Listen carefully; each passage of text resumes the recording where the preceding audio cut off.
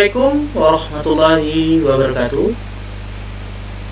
Pada kesempatan video kali ini, saya akan menjelaskan mengenai bagaimana cara mengolah data penelitian menggunakan aplikasi SPSS untuk uji statistik non-parametrik melalui uji Wilcoxon dan NGAIN. Apa itu uji Wilcoxon? Uji Wilcoxon adalah uji statistik non-parametrik untuk kita menganalisis perbedaan antara dua kelompok data berpasangan yang berskala ordinal atau interval.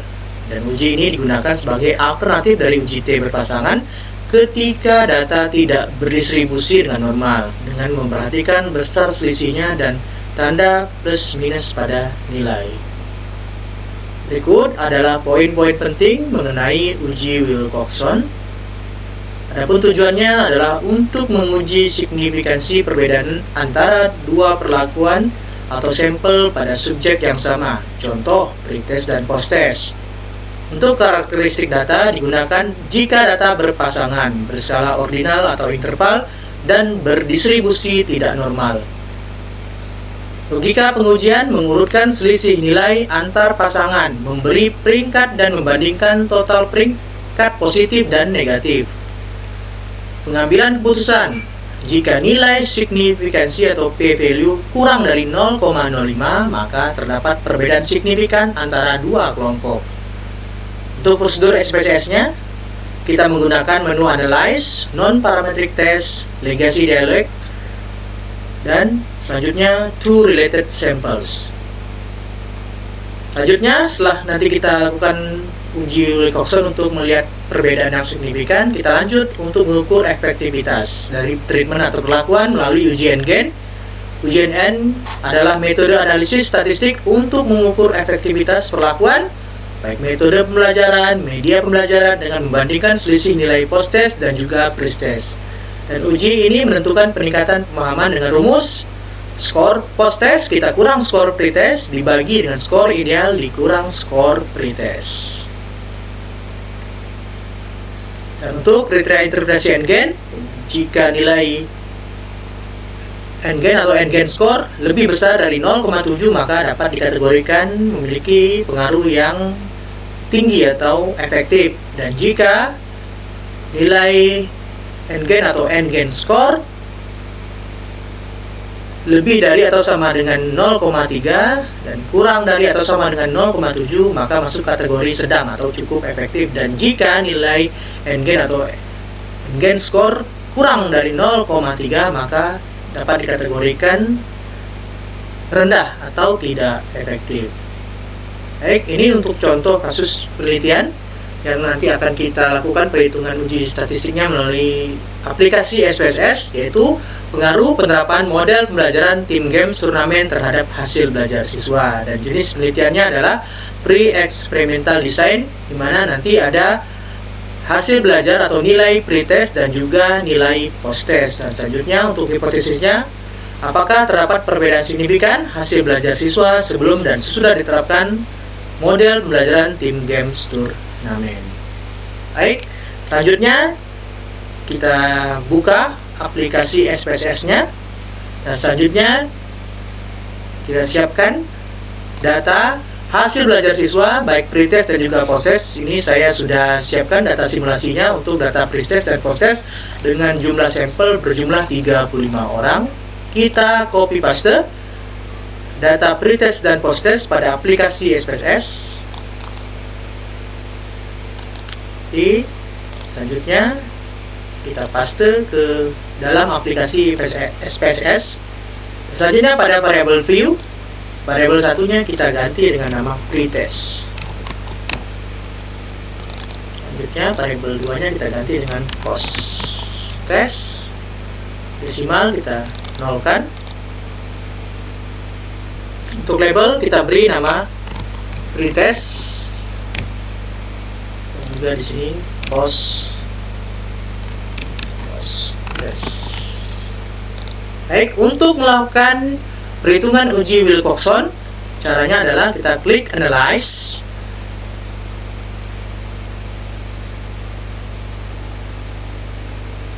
Selanjutnya non-parametric test. Kita klik legasi dialog. Selanjutnya to related samples. Kita masukkan variable pretestnya dan juga variable posttestnya. Kita pastikan sudah tercentang untuk Wilcoxon. Selanjutnya klik OK. Baik, di sini kita bisa lihat hasil perhitungan dari uji Wilcoxon, di mana di sini terdapat data negative ranks, artinya yang mengalami penurunan antara hasil posttest dengan pretest itu berjumlah 0.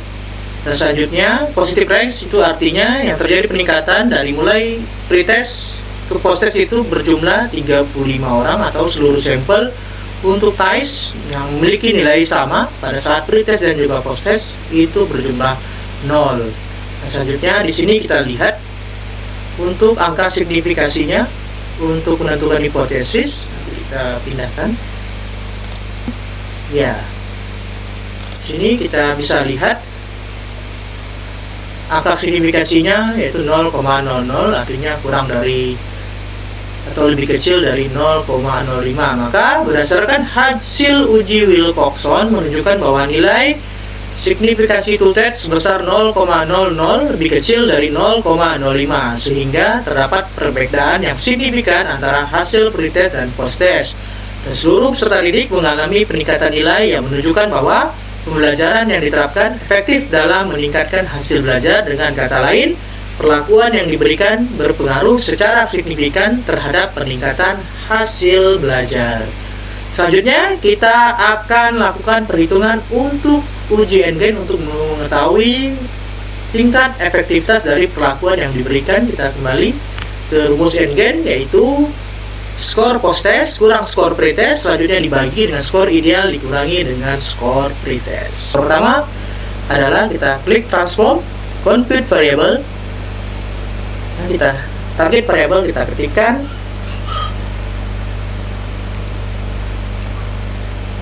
posttest kurang di tes, masukkan posttestnya. Baik, selanjutnya kita kurang dengan pretest. Kita klik OK. Baik, kita lihat di sini pada variable view. Kita bisa lihat ya, angka posttest dikurangi pretest sudah benar di sini. 92 dikurangi 58, 34. Lanjut, kita klik transport, compute variable. Kita lihat selanjutnya adalah kita mencari skor ideal dikurang dengan skor pretest. Kita klik reset, skor ideal kurang pretest.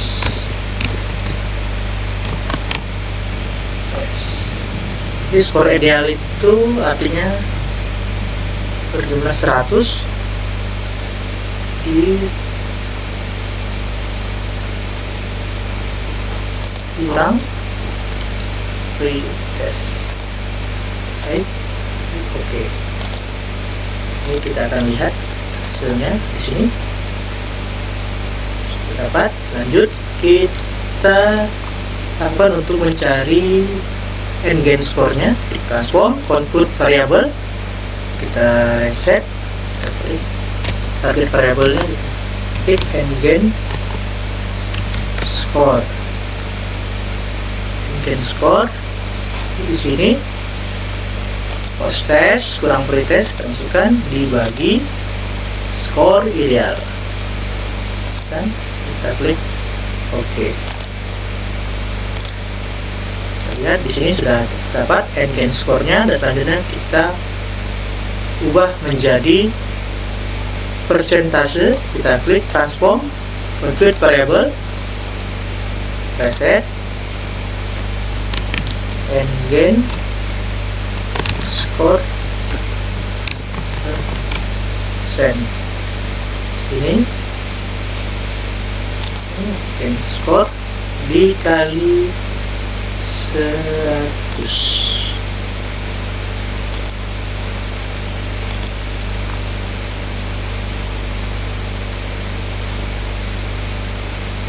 Oke.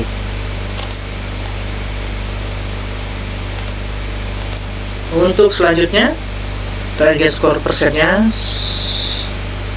sudah muncul. Lanjut kita masuk ke analyze, descriptive statistik, dan selanjutnya kita klik descriptive. Kita masukkan end gain score dan juga end gain score persen. Klik OK.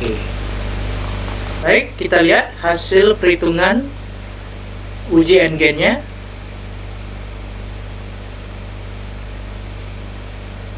Jadi end gain score persen 40 untuk minimum, maksimumnya besar 82,86, dan selanjutnya angka yang didapat untuk seluruh rata-rata itu sebesar 60,0967, dan selanjutnya kita akan berikan interpretasi ataupun pengambilan keputusan atau kesimpulan. Baik, berdasarkan hasil perhitungan uji end gain, diperoleh nilai rata-rata end gain sebesar 0,601 atau 60,09%. Nilai ini berada pada kategori sedang, yaitu lebih besar atau sama dengan dari 0,3 dan kurang dari 0,7. Dan hasil analisis end gain menunjukkan bahwa rata-rata peningkatan hasil belajar peserta didik berada pada kategori sedang dengan nilai sebesar 0,601, dan hal ini mengindikasikan bahwa pembelajaran yang diterapkan cukup efektif dalam meningkatkan pemahaman siswa. Dan meskipun demikian, peningkatan tersebut belum mencapai kategori tinggi sehingga masih diperlukan pengembangan strategi pembelajaran agar hasil yang diperoleh dapat lebih optimal. Demikian video tutorial untuk menghitung uji Wilcoxon dan juga uji end gain menggunakan aplikasi SPSS. Terima kasih.